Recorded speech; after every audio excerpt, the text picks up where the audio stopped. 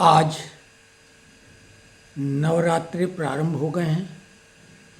जितने भी हमारे चतुर्थ स्तंभ के मित्र हैं सभी को नव वर्ष की और चैत्र नवरात्रि की बहुत बहुत शुभकामनाएं। माता रानी आप सभी पर कृपा बनाए रखें, पूर्णतया स्वस्थ रहें, प्रसन्न रहें, ऐश्वर्यशाली बने।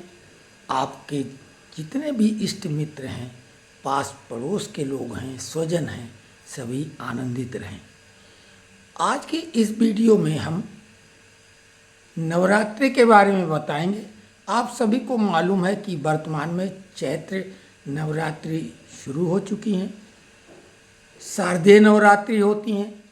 आप ज़्यादातर लोग यही समझते हैं कि 2 बार वर्ष में नवरात्रि आते हैं, जबकि वास्तविकता है कि वर्ष में 4 बार नवरात्रि आते हैं। 2 बार ये प्रकट नवरात्रि हैं और 2 बार गुप्त नवरात्रि। तो अंतर क्या है, कैसे इनको मनाया जाता है, आप में से अधिकांश लोगों को मालूम होगा। चैत्र नवरात्रि ये बसंत नवरात्रि के रूप में भी मनाया जाता है।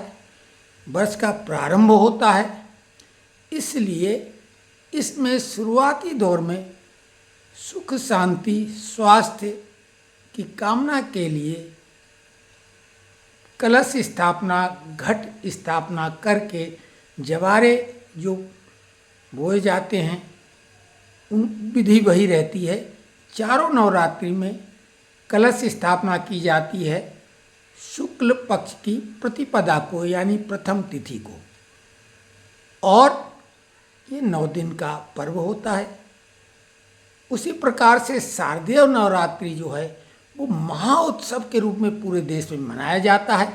भव्य पंडाल सजाए जाते हैं, माँ की स्थापना की जाती है और डांडिया गरबा ये भी बहुत बड़े स्तर पर इसको मनाया जाता है।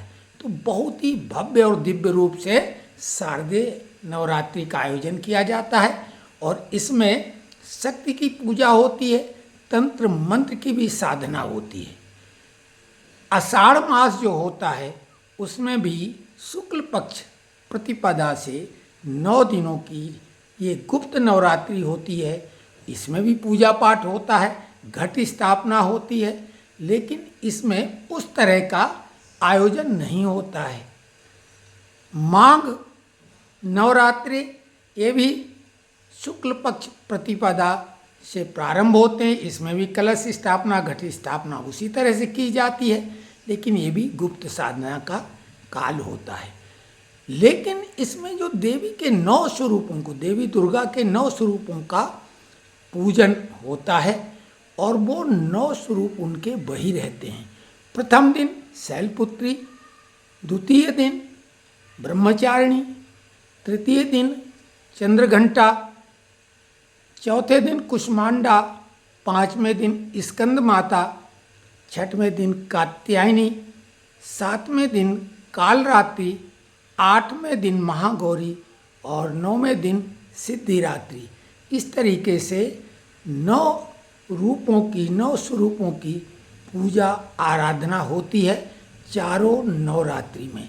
ये संक्षिप्त जानकारी हमने कहा अपने मित्रों को दे दें।